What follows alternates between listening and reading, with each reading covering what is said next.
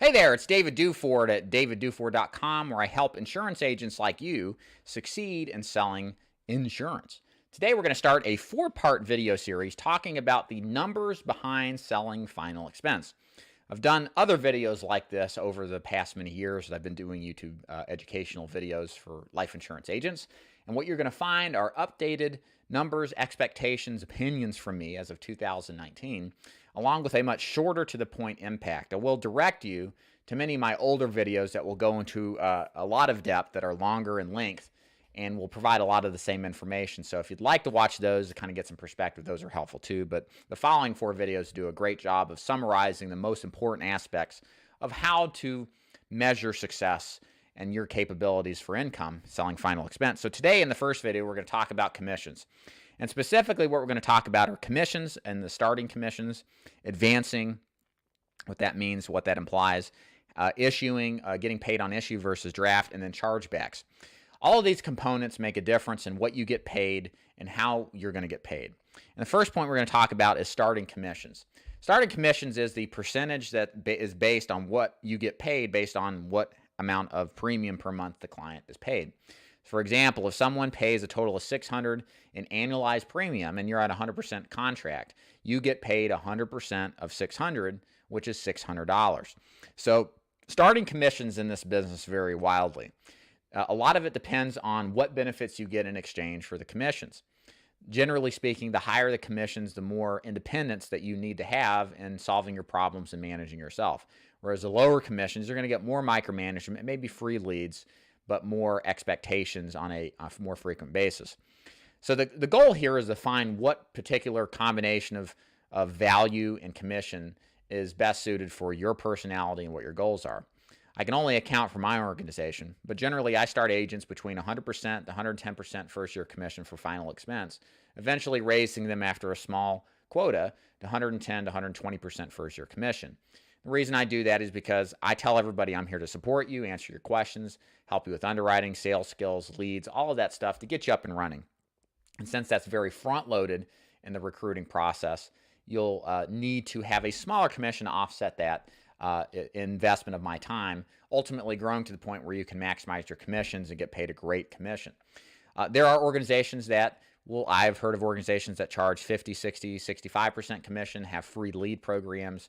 You're responsible for hitting a quota. There's a lot more expectation out of you, but you don't have out-of-pocket expenses for leads.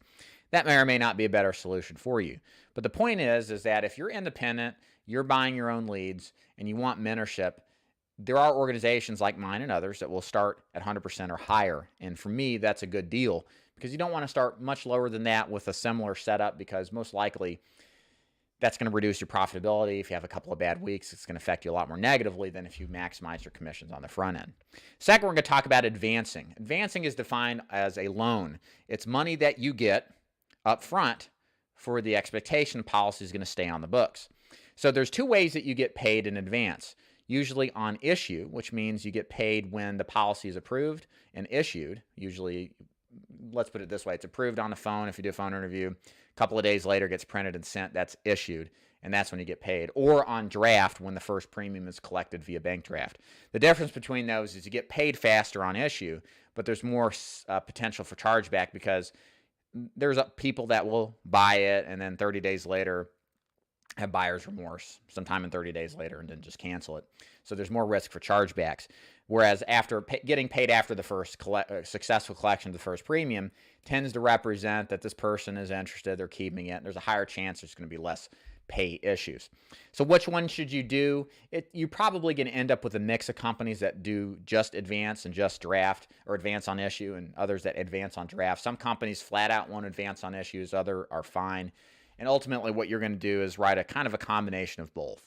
And so just be under the expectation of that to get going, to help you know kind of where your money's going to be. And then chargebacks. So chargebacks is something that we all have to deal with in this business. And that's where that advance, where we expected the person to pay 9 months, which the advance is usually 75% or 9 months of premiums and commissions paid, lapses at some point before that. Well, we owe that money back because, like I said earlier, it's a loan.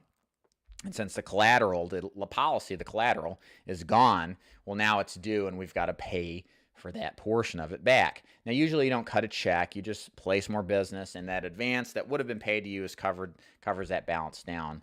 And this process is something no final expense agent can avoid.